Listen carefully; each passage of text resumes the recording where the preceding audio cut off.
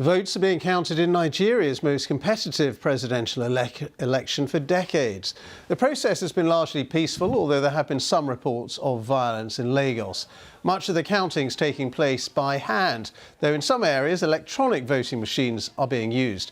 The outcome isn't expected till Monday at the earliest, with pre-election opinion polls suggesting three candidates are in a close race. Well, I got more on this from my colleague Peter Okwoche, who's in Abuja, and he told us more about the election. Traditionally in Nigeria, they've had two parties that have dominated the political scene. But this year, there was a game changer in the third contestant, Peter Obi, who out of nowhere used social media to galvanize the youth of this country. The youth make up 70% of the electorate, and they want change. So yes, it's now a three-horse race for those elections. As you mentioned, they did go rather peacefully in most of the country, but there were pockets of violence in Lagos, in Bayelsa State, which is in the oil-producing Niger Delta. But we've just heard from the head of the Electoral Commission here in Nigeria, Mahmood Yakubu. He acknowledged that there were some problems, but said counting has begun, and hopefully by tomorrow or early Tuesday, we should begin to get an idea of who the next president of Nigeria is. Peter, whoever wins faces some really daunting challenges and huge problems in Nigeria. You're right, Ben. I mean, sometimes you wonder why anyone would want to be the president of this country, simply because of the problems, the plethora of problems here in Nigeria. Insecurity is rife. Kidnappings for ransoms.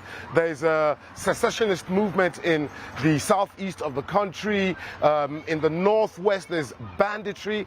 Then there's a huge cash crunch, simply because a few weeks ago, the government decided to replace the old Naira notes. That's the local currency. But when people took their notes to the banks to change them to the new ones, there was a shortage. So there's a huge cash shortage here in Nigeria. There's the cost of living crisis brought upon by the war in Ukraine, as well as the COVID-19 pandemic. So yes, a lot of problems on the in-tray of whoever wins these elections.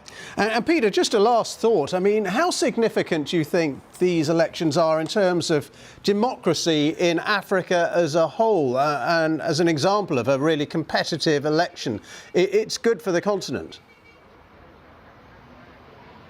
Absolutely. I mean, I had a chat with the former Kenyan President Uhuru Kenyatta, who's here in Nigeria as the head of the African Union Observer Mission.